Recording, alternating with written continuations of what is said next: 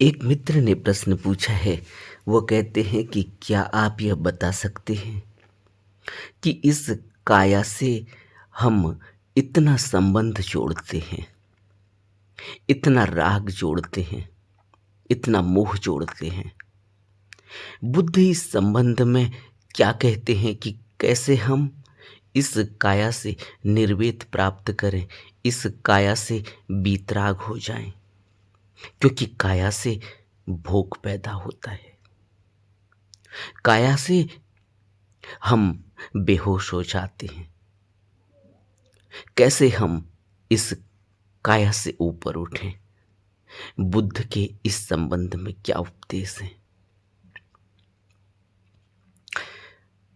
बुद्ध ने सतिपट्ठान सुत्त में हमें धातु मनसिकार के बारे में समझाया। इस काया की क्या हकीकत है, क्या स्थिति है, इसको अगर हमने जानना है तो बुद्ध ने सतिपट्ठान सुत्त में हमें इस संबंध में अभ्यास करने को कहा। वह अभ्यास कैसे किया जा सकता है? तो बुद्ध कहते हैं कि भिक्षुओं, इस काया को इसकी स्थिति के अनुसार, इसकी रचना के अनुसार देखना चाहिए। क्या हम कभी देख पाते? अपने से प्रश्न पूछना चाहिए कि इसकी रचना क्या है, इसकी स्थिति क्या है। बुद्ध कहते हैं कि इस काया में पृथ्वी धातु है, इस काया में जल धातु है, इस काया में अग्नि धातु है और इस काया में वायु धातु है। यह काया 4 प्रकार के धातुओं से बनती है, बुद्ध कहते हैं। इन 4 धातुओं को क्या हम अपनी काया में महसूस करते हैं? करते तो हैं, लेकिन कभी हमने इस पर गहरे में विचार नहीं किया। वैज्ञानिक कहते हैं कि मनुष्य के शरीर में 70 से 75% पानी होता है और हम सब भी जानते हैं, लेकिन कभी हमने विचार नहीं किया कि इतना पसीना क्यों निकल रहा है, इतना पेशाब क्यों निकल रहा है। यह शरीर में इतना पसीना, इतने आंसू, जगह जगह से पानी, कहीं चोट लग जाए तो खून, पानी, यह सब निकलता है। लेकिन कभी हमने विचार नहीं किया कि इस शरीर में 75% तो पानी है। इस पानी की क्या महत्ता होगी? लार है, मवाद है, खून है, सब पानी ही पानी है। लेकिन कभी हमने इस पर विचार नहीं किया। इसी तरह से जल धातु के बाद अग्नि धातु है। अग्नि धातु में इस शरीर की गर्मी का पता चलता है। पेट में गर्मी है, भोजन पचता है। शरीर में गर्मी है, किस तरह से शरीर गर्म रहता है और कैसे हाथ पांव ठंडे हो जाते हैं, मृतक के शरीर को देखकर पता चलता है। कैसे शरीर अकड़ जाता है, मृतक के शरीर को देखकर पता चलता है। अग्नि धातु के अलावा वायु धातु है।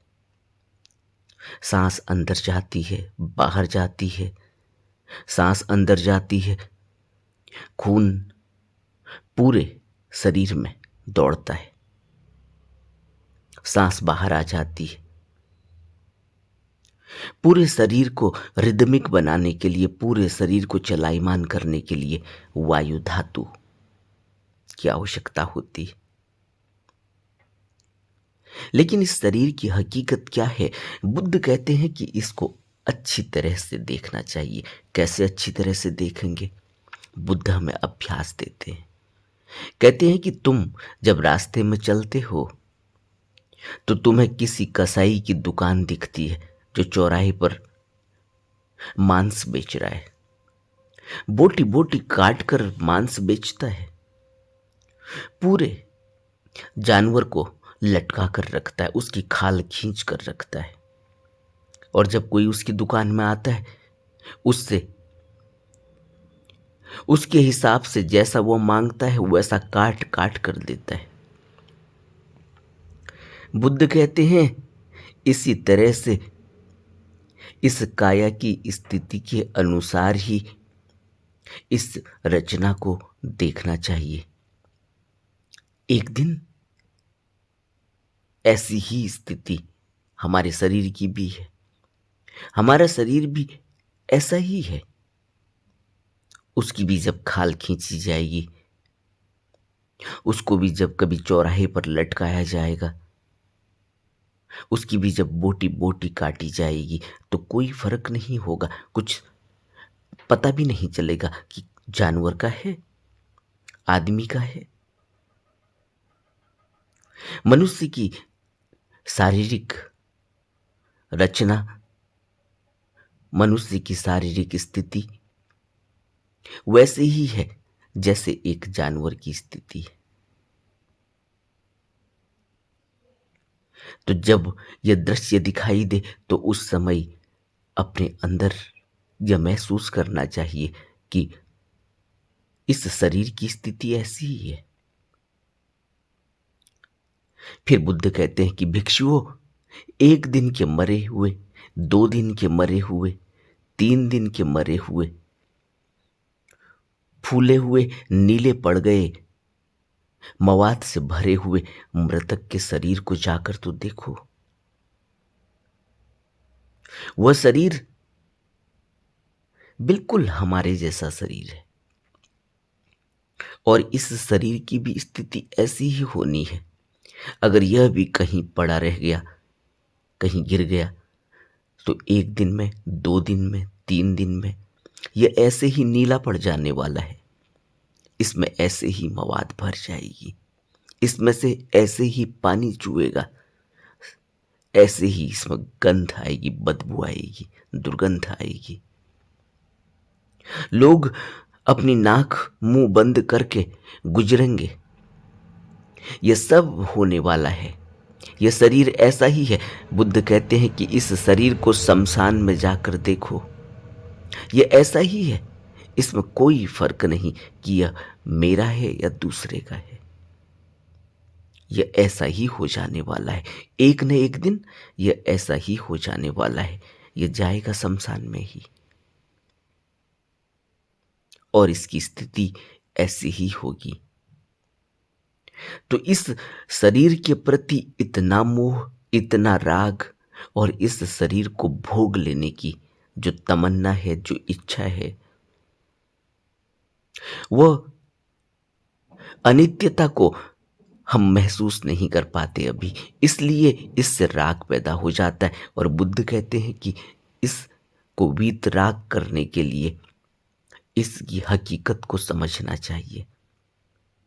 फिर बुद्ध आगे कहते हैं कि भिक्षुओं, कौओं से खाए जाने वाले, चीलों से, गिद्धों से खाए जाने वाले, कुत्तों से खाए जाने वाले शरीर को जाकर देखो, किस तरह से नोच नोच कर खाते हैं, किस तरह से चमड़ी, किस तरह से आंतों को, किस तरह से एक एक अंग प्रत्यंग को खींच खींच कर कौवे नोचते हैं, गिद्ध नोचते हैं।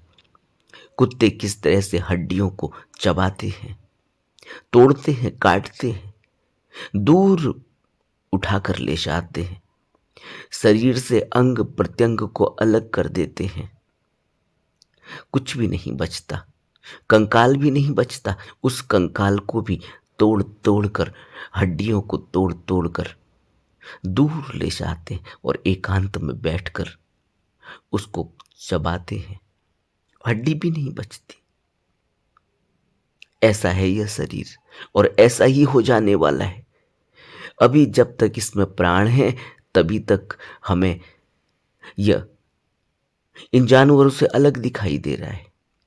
हम इनसे बचे हुए हैं, लेकिन जैसे ही यह शरीर गिरेगा यह ऐसा ही हो जाएगा। इसको इसकी बूटी बूटी को भी कोई छोड़ने वाला नहीं है। और हम इस शरीर के प्रति इतना राग पैदा कर रहे हैं, हम इस शरीर को नित्य समझ रहे हैं, हम इस शरीर को ऐसा समझ रहे हैं जैसा यह हमेशा ही रहने वाला है, ऐसे ही रहने वाला है। और हम जो इससे भोग प्राप्त कर रहे हैं, यह भोग क्षणिक है, यह अनित्य है, यह बहुत दिनों तक रहने वाले नहीं। और जो व्यक्ति इस राग में उलझ जाता है वह धम्म तक नहीं पहुंच पाता, वह अपना उत्थान नहीं कर पाता, वह मुक्ति नहीं पा पाता, वह निर्वाण तक नहीं पहुंच पाता, वह सत्य को नहीं जान सकता, क्योंकि उसका राग, उसका मोह इस नश्वर शरीर के प्रति है, जिसको कल को कौवे नोच कर खा जाएंगे, जिसको कल को शमशान में जला दिया जाएगा। और इससे जो धुआं उठेगा वह सबकी आंखों को अंधा कर रहा होगा, सबके आंखों से आंसू निकल रहे होंगे, सब उस धुएं से बचना चाहते। और कोई भी शमशान में ज्यादा देर तक टिकना नहीं चाहता, रहना नहीं चाहता, जल्दी से जलाकर सब उस स्थान को छोड़ देते हैं और कुछ भी नहीं बचता, राख भी नहीं बचती। राख को भी पानी में विसर्जित कर दिया जाता है, पानी से धो दिया जाता है, नामो निशान भी नहीं मिटता। और हम इस शरीर के प्रति इतने आसक्त हो जाते हैं। फिर बुद्ध आगे कहते हैं कि भिक्षु मांस लहू नसों से बंधे हड्डी कंकाल वाले शरीर को शमशान में फेंका देखे, जाकर देखना चाहिए।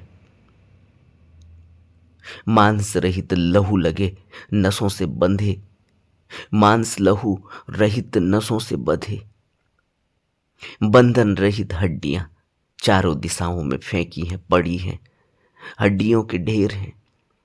कुत्ते उन हड्डियों को खींच खींच कर ले जाते, दूर जाकर एकांत में बैठकर चबाते हैं, फिर छोड़ जाते हैं। फिर कोई दूसरा कुत्ता आता है, फिर कोई दूसरा जानवर आता है, वह भी थोड़ी देर चबाता है, फिर वह भी फेंक जाता है। कमर की हड्डी है, पीठ की हड्डी है, पीठ के कांटे हैं, पसलियां हैं, खोपड़ी है।